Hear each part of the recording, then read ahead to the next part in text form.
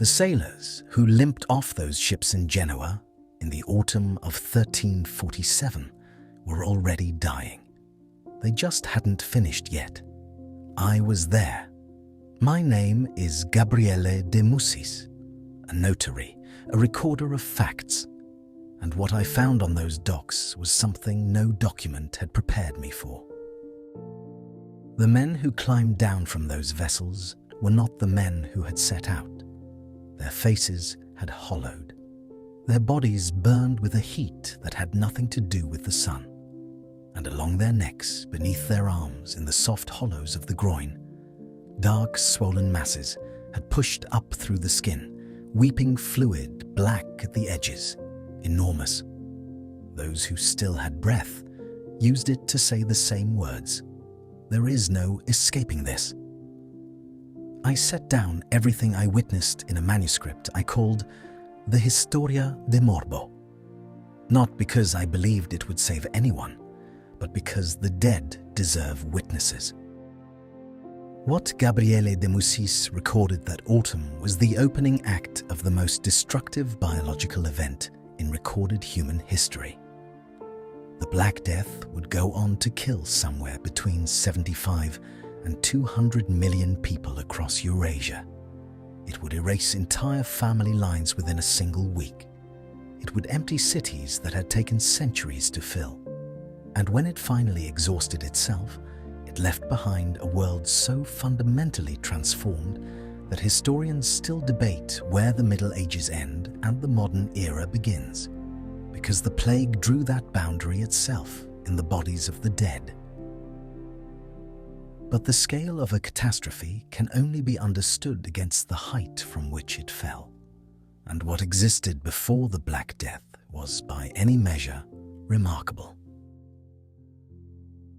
To understand what was destroyed, you have to understand what was theirs to destroy. I grew up in a world that believed it was rising. Looking back now, I think it was right.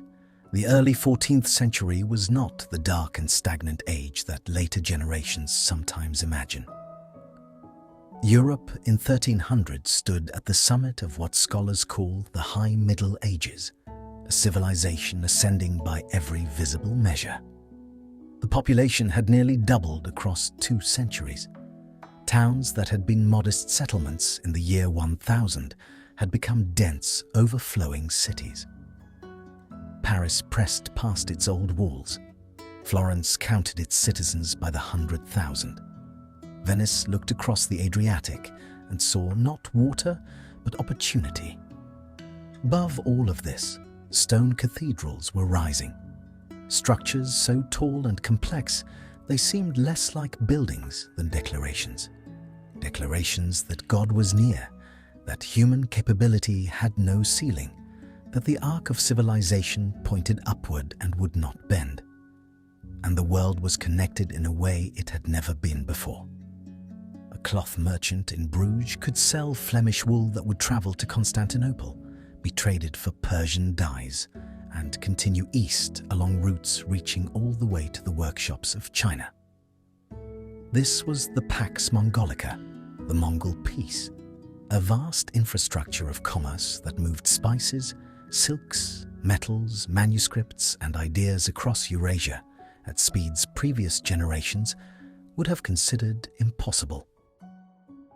This interconnection was the crowning achievement of the medieval world.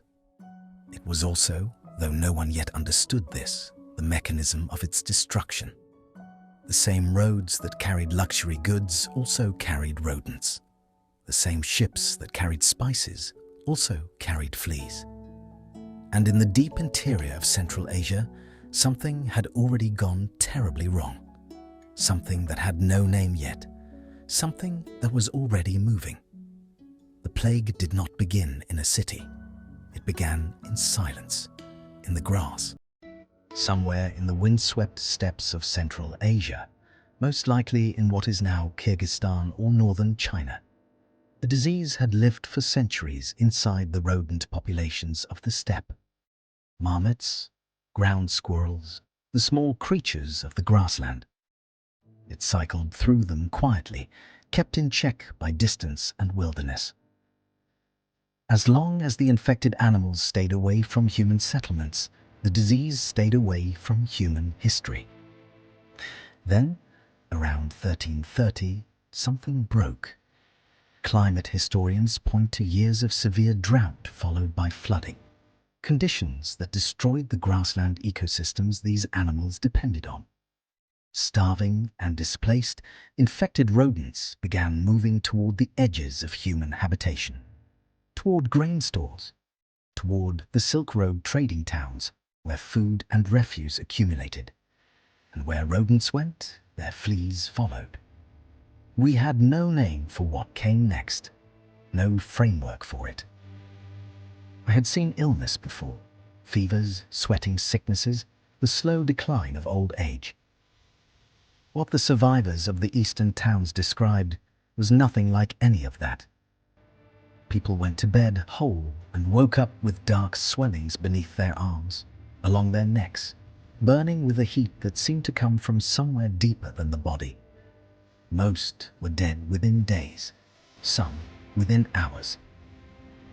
By the late 1330s and early 1340s, fragmentary reports were already reaching Mediterranean ports. Merchants arriving from the Levant with stories of roads emptied, of cities where the living could no longer keep pace with the dead. Europeans listened to these accounts the way people have always listened to distant disasters, with sympathy, with curiosity, and with the quiet certainty that such things happened elsewhere. They were wrong, and the proof was already on its way, carried by ships that had left the Black Sea weeks ago, heading straight for the heart of Europe. The story of how the Black Death entered Europe has a precise location and a precise moment. It happened on the Crimean Peninsula, at a Genoese trading colony called Caffa, a prosperous port city on the northern shore of the Black Sea, one of the critical nodes connecting the overland routes of Central Asia to the maritime commerce of the Mediterranean. I knew Caffa. Every Genoese merchant knew Caffa. It was where the wealth of Asia became the wealth of Europe. In 1346, the Mongol ruler of the Golden Horde, a Khan named Janibeg, placed Caffa under military siege. His army surrounded the city and settled in for a prolonged campaign. Then the plague arrived in his camp. What followed was recorded in my Historia de Morbo, and I have thought about it every day since. Janibeg, watching his army die by the thousands with no enemy they could fight, ordered the corpses of his plague dead, loaded into siege engines and hurled over the walls of Caffa. Day after day, bodies landed inside the city. The defenders threw the corpses into the sea as fast as they could, but the damage was already done. The rats inside Caffa's walls were already infected. The fleas had already found new hosts. A military siege had been transformed into something history had no word for yet. This is considered one of the earliest documented uses of biological warfare in recorded history. Whether Janibeg understood the mechanism of transmission or simply understood that the bodies were causing death, the effect was the same. Caffa was broken from within by something no wall could stop. The Genoese merchants of Caffa did what merchants do. They fled. In late 1346 and early 1347, their ships pushed west across the Black Sea and into the Mediterranean, carrying their cargo, their ledgers, their families, and, in the holds below, the rats and fleas that had already condemned them. They stopped at Constantinople. They stopped at Messina in Sicily. They stopped at Marseille. At each port, the pattern was the same. The ships arrived, the workers came aboard, and within days people began dying with dark swellings beneath their arms. The harbour masters of Messina, confronted with ships full of dying men, made the only decision that seemed rational. They ordered the fleet out of the port immediately. It was the right instinct. and it was far too late. The rats had already left the ships, the plague was already ashore, and no one in Europe knew it yet. What happened next unfolded with a momentum that no medieval institution was equipped to slow. The disease spread from Messina across Sicily, then leapt to the Italian mainland, to Genoa, to Pisa, to Florence. It moved up the Rhone Valley into France, reached Paris by the summer of 1348, crossed the Channel into England by autumn, and continued north and east until virtually no corner of Europe had been spared. It took less than 4 years to cross a continent. The roads that had made Europe wealthy were now making it die. Physicians were among the first to admit their helplessness. The dominant medical theory held that disease was caused by corrupted air miasma rising from decaying matter or generated by unfavorable alignments of the planets. Doctors carried aromatic herbs and wore long-beaked masks packed with spices. They bled patients to rebalance humors. They prescribed prayers and astrological remedies. None of it made any difference. The disease did not respond to any known intervention because the people trying to stop it did not understand what it was. They were fighting an invisible enemy with the weapons of a visible world. The Church found itself in an impossible position. When plague entered a community, the faithful turned to God with renewed intensity. More masses, more processions, more prayer. But the churches where they gathered became vectors of transmission, and the priests who ministered to the dying were among the first to fall. The very acts of piety that were meant to save them accelerated their deaths. When intercession produced no relief, the theological crisis was as devastating as the biological one. If God had not answered, either the prayers were insufficient, the faithful were uniquely sinful, or something had broken in the relationship between humanity and the divine. All three conclusions were unbearable. All three were debated with desperate urgency in the years that followed. In city after city, church bells rang without stopping, summoning the faithful to bury the dead. Then the cities stopped counting. Mass graves were opened at the edges of settlements, trenches dug in haste, bodies laid in rows with no markers, no names, no rites. In some towns, the bodies accumulated faster than the living could enter them. Fathers left sons, wives fled husbands. The bonds of obligation and affection that had held communities together for generations did not simply weaken under the pressure of the plague in many places. They snapped entirely. Streets fell silent, markets closed. The rhythms of commerce and worship and civic life rhythms that had accelerated for 2 centuries simply stopped. By 1351, when the first great wave of mortality finally subsided, Europe had lost somewhere between a third and half of its entire population.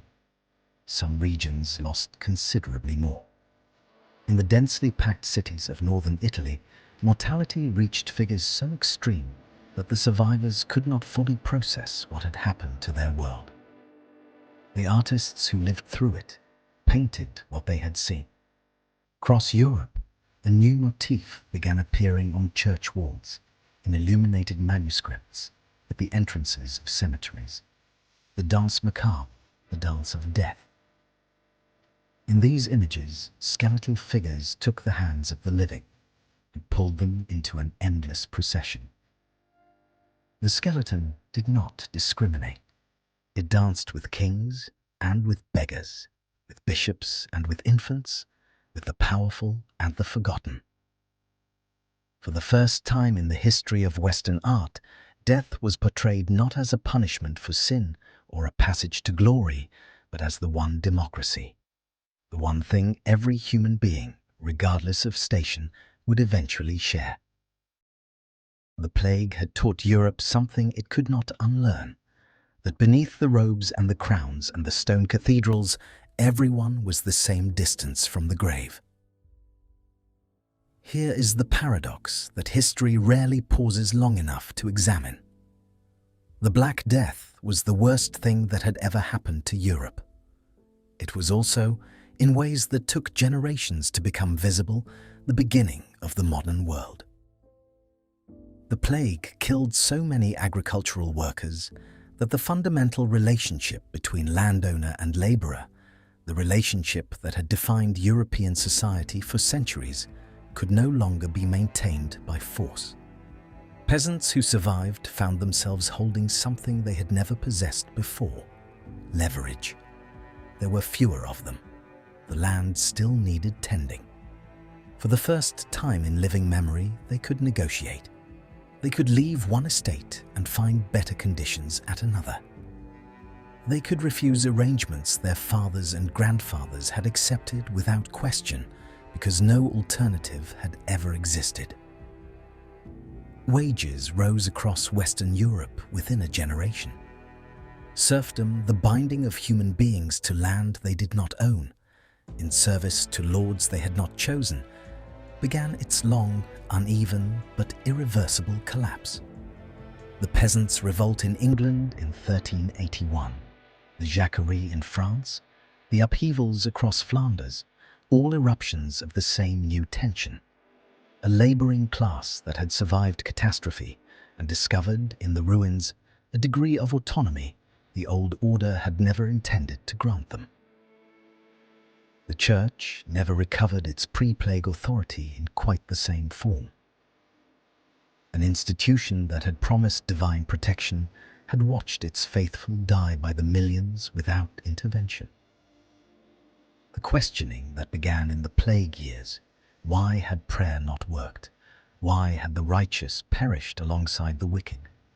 What did God's silence mean? Deepened steadily over the following century. It fed the intellectual restlessness that produced the Renaissance and planted the seeds of the Reformation.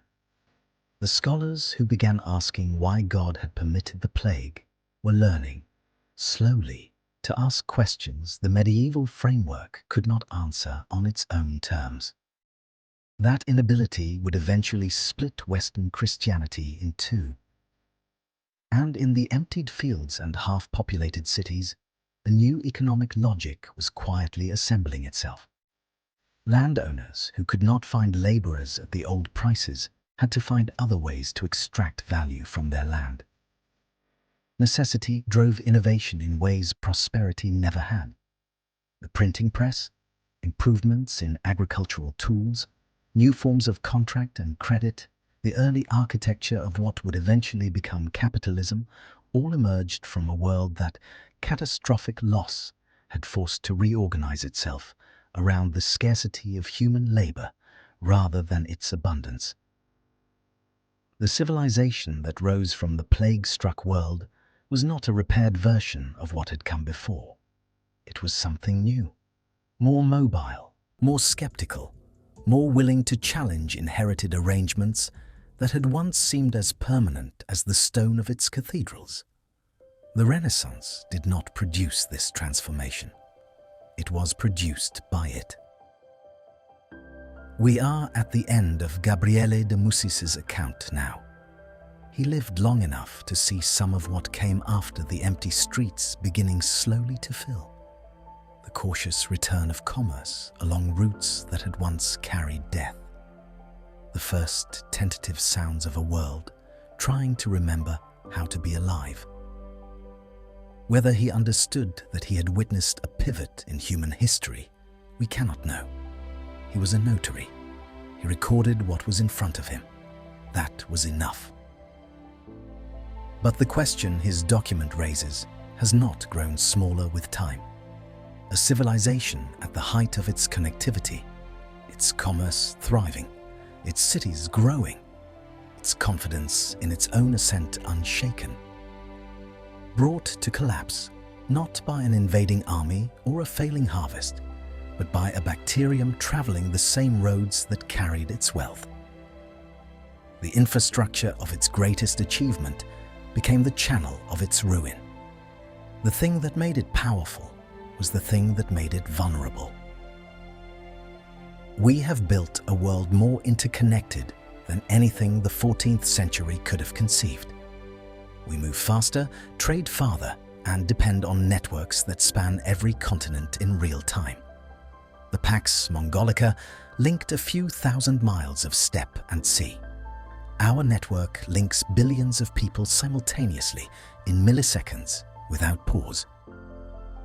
The plague that found those medieval roads did not ask permission. It did not slow at borders that commerce had already crossed. It moved at the speed of trade because trade was how it traveled. The medieval world did not see it coming, not because it lacked intelligence, but because it was prospering. And prospering civilizations have always found it difficult to see that the very source of their strength might also be the architecture of their vulnerability. This was the Black Death. And it is not only a story about the past. We study history so we can see the present without illusions. Thanks for watching. This is Reborn History, and together we are bringing the past back to life. See you in the next age.